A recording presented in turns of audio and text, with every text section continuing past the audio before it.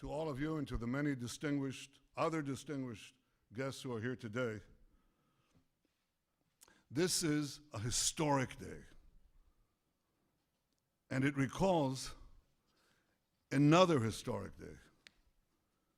We remember May 14th, 1948, because on that day, President Truman became the first world leader to recognize the state of Israel after our first Prime Minister, David Ben-Gurion, declared our independence. That day chartered a brilliant future. Mr. President, I believe that down the decades, and perhaps down the centuries, we will also remember January 28th, 2020, because on this day, you became the first world leader to recognize Israel's sovereignty over areas in Judea and Samaria that are vital to our security and central to our heritage.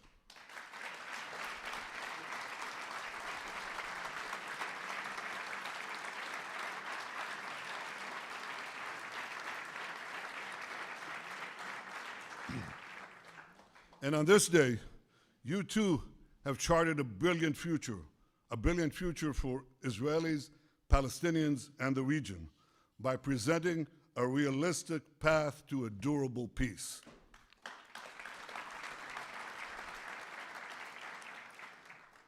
Since the moment of its birth, Israel has yearned for peace with our Palestinian neighbors and peace with the broader Arab world. For decades, that peace has proved elusive, despite so many well-intentioned plans. One after the other, they failed. Why did they fail? They failed because they did not strike the right balance between Israel's vital security and national interests and the Palestinians' aspirations for self-determination. Too many plans tried to pressure Israel to withdraw from vital territory like the Jordan Valley. But you, Mr. President, you recognized that Israel must have sovereignty in the Jordan Valley and in other strategic areas of Judea and Samaria. Rather than pay easy lip service to Israel's security and simply shut your eyes, hope for the best, you recognize that Israel must have sovereignty in places that enable Israel to defend itself by itself.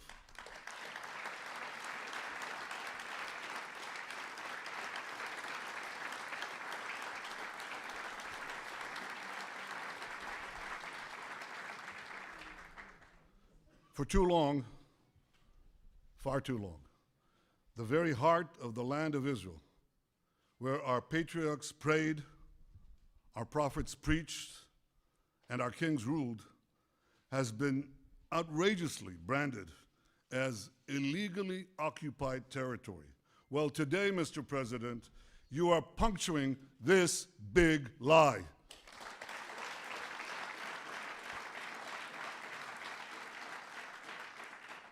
You are recognizing Israel's sovereignty over all the Jewish communities in Judea and Samaria, large and small alike.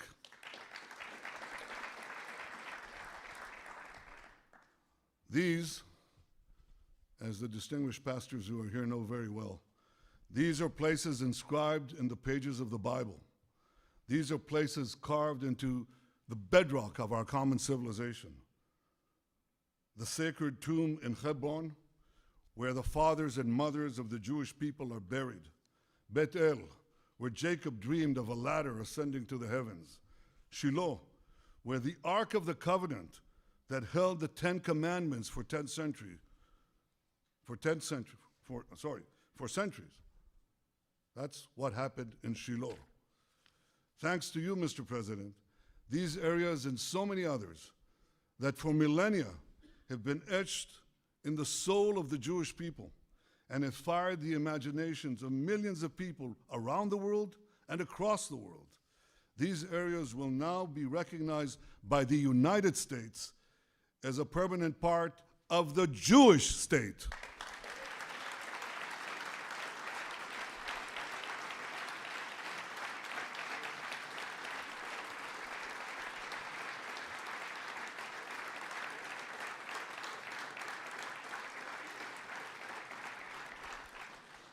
Mr. President, because of this historic recognition, and because I believe your peace plan strikes the right balance where other plans have failed, I've agreed to negotiate peace with the Palestinians on the basis of your peace plan.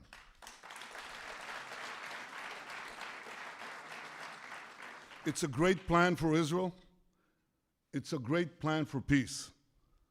Frankly, Mr. President, given all that you have already done for Israel, I'm not surprised.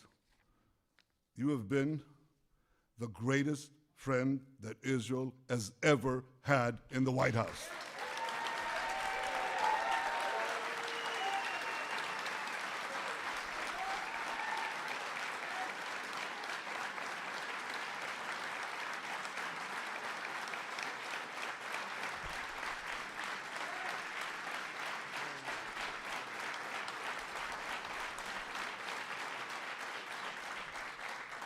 Frankly, though we've had some great, outstanding friends in these halls, it's not even close.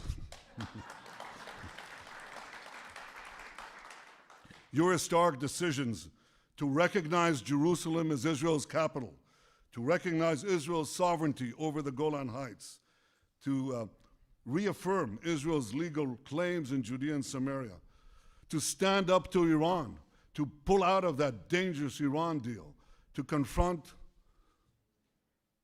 is not the word, to eliminate Qasem Soleimani, to support and encourage unbelievable cooperation between Israel and the United States in the military and strategic and intelligence fields. All this bear testament to the friendship and depth of your leadership and commitment to Israel. From our very first meeting here in the White House 3 years ago, you repeatedly made clear your commitment to help Israel achieve peace with the Palestinians and peace with the rest of the Arab world. Mr. President, I share that commitment, and I look forward to working with you to achieve a peace that will protect Israel's security, provide the Palestinians with dignity and their own national life, and improve Israel's relations with the Arab world. Your peace plan advances all these goals. First, it addresses the root cause of the conflict, by insisting that the Palestinians will finally have to recognize Israel as the Jewish state.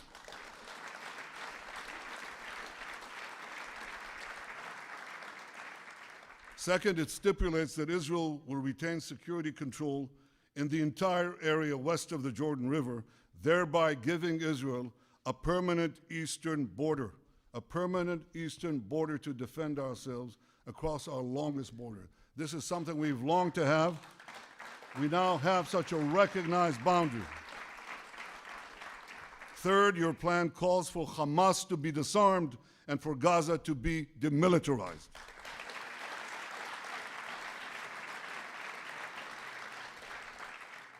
Fourth, it makes clear that the Palestinian refugee problem must be solved outside the state of Israel. Fifth, it calls for our ancient capital, Jerusalem, to remain united under Israel's sovereignty.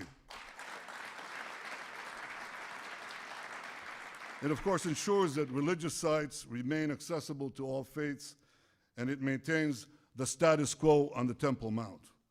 Sixth, your plan does not uproot anyone from their homes, Israelis and Palestinians alike.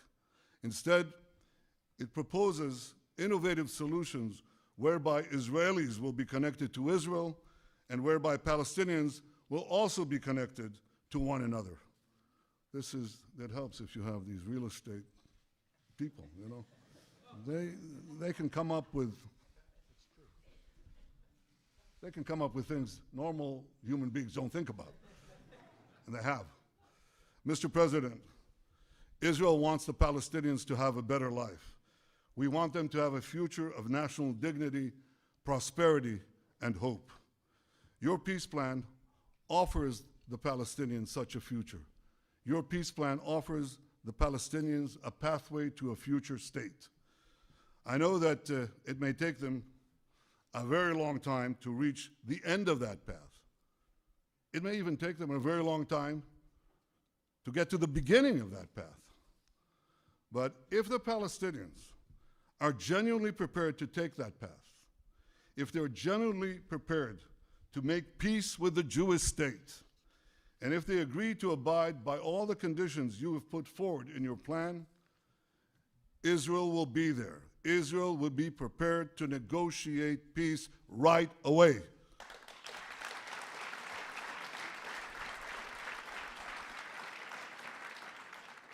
Regardless of the Palestinian decision, Israel will preserve the path of peace in the coming years. For at least 4 years, Israel will maintain the status quo in areas that your plan does not designate as being part of Israel in the future. At the same time, Israel will apply its laws to the Jordan Valley, to all the Jewish communities in Judea and Samaria, and to other areas that your plan designates as part of Israel, and which the United States has agreed to recognize as part of Israel.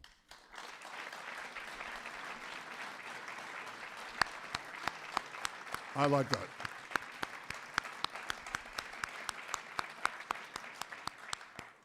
This decision will protect Israel's security, ensure Israel's national interests, and leave open the possibility of a political settlement with the Palestinians in the coming years. Mr. President, I hope the Palestinians embrace your vision of peace. Embrace the plan that you and your team and us worked so hard to achieve. I hope that they seize the opportunity offered by your sweeping economic plan. I've read it. It takes enormous talent to reject $50 billion worth of investment. I know what that does to an economy. I know what it will do to Palestinian lives. I know what it will do to the youth of the region. I hope that the Palestinians embrace this and build with Israel a future of prosperity and peace. I also hope that our other Arab neighbors embrace your vision and forge a path of reconciliation with Israel that can create for all of us a brilliant future. Mr. President, I want to congratulate your fantastic team, there's no other word, your fantastic peace team for all their work. Jason Greenblatt,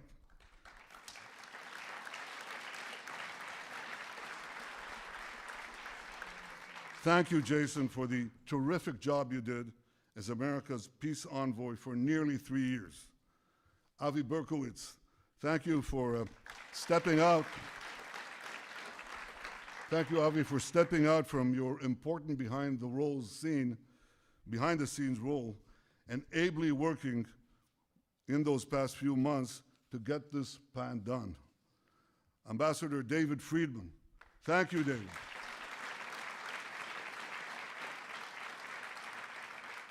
Thank you for your essential contribution to this effort and for the terrific job you do every day to strengthen the great alliance between Israel and America.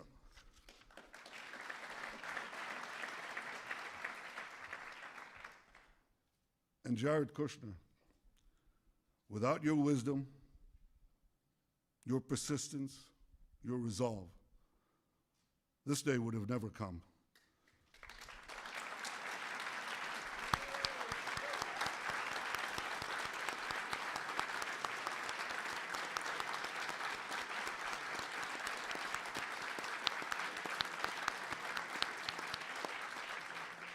I know how much the Jewish future means to you and to your family.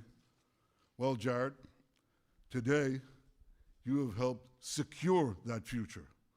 The Jewish state owes you, and it owes President Trump, an eternal debt of gratitude.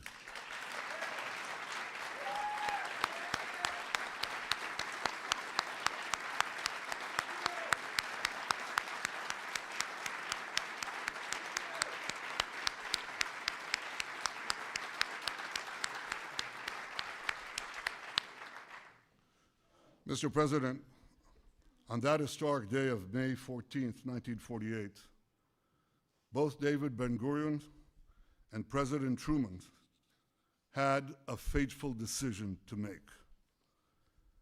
Many argued that Ben-Gurion should not declare Israel's independence.